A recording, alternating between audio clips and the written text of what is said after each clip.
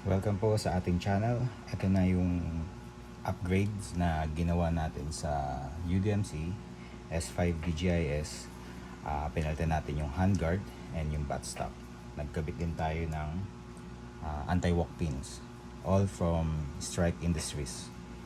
So, ito na po siya. Safety check muna tayo. Empty magazine. Chamber empty. So, ayan po yung build natin. So, Strike Industries buttstock Mod 2 yung specific model niya. At itong Strike Industries Gridlock Light. 11 inches yung handguard natin. Match doon sa 11.5 inches barrel. So, ito yung naging haba niya. Saktong-sakto. Ang maganda dito, naka-quick detach siya. Kung gagamitin natin yung quick detach na function niya, basta wag nating ilalagay yung lock screw dito sa kabilaan. Pero kung fix na naman natin siyang gagamitin na ganitong handguard, mas maganda ilagay natin para hindi siya mag-rotate, hindi siya gumalaw. So papakita ko sa inyo kung paano siya quick detach. So ipupush natin down, up, mahuhugot na natin siya.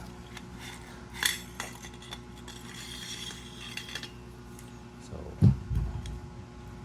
quick detach lang siya. So ganito yung ginawa natin.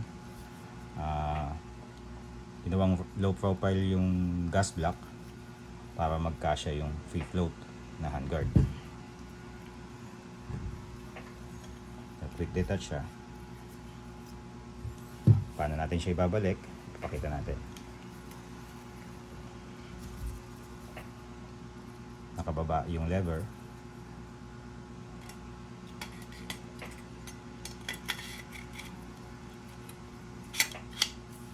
So, sakto lang natin siya dyan.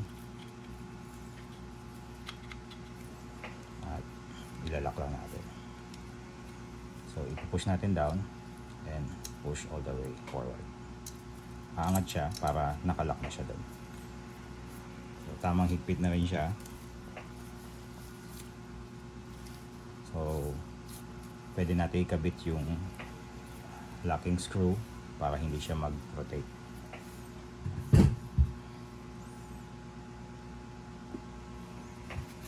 Yung buttstock natin, Strike Industries din.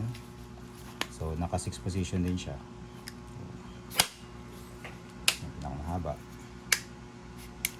2 3 4 5 6. Gagamit natin yung M-lock na ikakabit nating flashlight na may M-lock attachment. Meron din tayong hinihintay kung may mabibilan tayo dito sa Strike Industries Mod 2 na stock. Meron siyang attachment dito sa ilalim para magkaroon ng compartment ng batteries, para dun sa red dot at sa flashlight. Dun sa unboxing video natin na matatandaan natin, winay natin siya, tinimbang natin. So nag 3 kilos siya, 3 kgs yung time na in-unbox natin siya from the stock, buttstock and handguard. Yung naka delta ring pa siya at A-post sight. Ngayon check natin yung actual weight niya ngayon without magazine. Makikita natin kung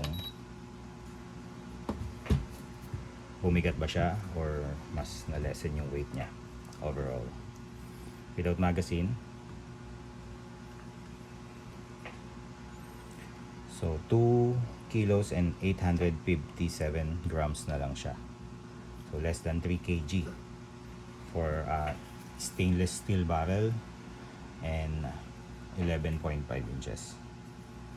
Yung barrel natin na UDMC naka lightened na siya. Kung mapapansin nyo, mas meron siyang shape dito na lessen yung weight niya. Kaya lightweight rifle siya.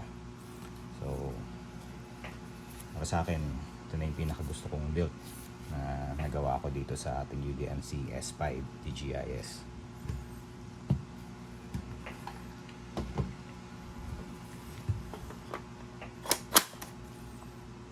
Comment down below kung nagustuhan nyo yung build natin or meron kayong naisip na pwede nating idagdag.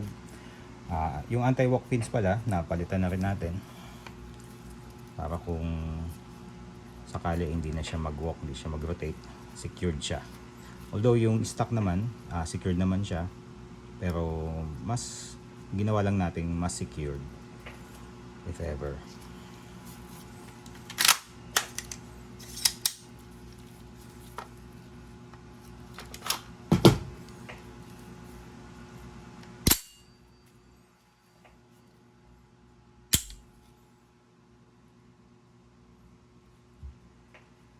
Salamat po sa panonood. Next video natin, papakita natin kung anong optics sight option ang ilalagay natin dito.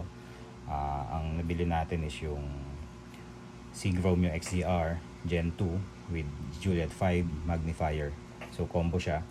At yung hintay natin, nag-order tayo ng hand stop from Strike Industries din para ma-attach natin ng maayos yung stream lights na ikakabit natin. Specific model na ilalagay natin is yung Pro Top rail. May mga wire siya, so mas maganda nandito na yung ilalagay nating hand stop para mai-secure natin yung mga wires, mas malinis siyang tignan.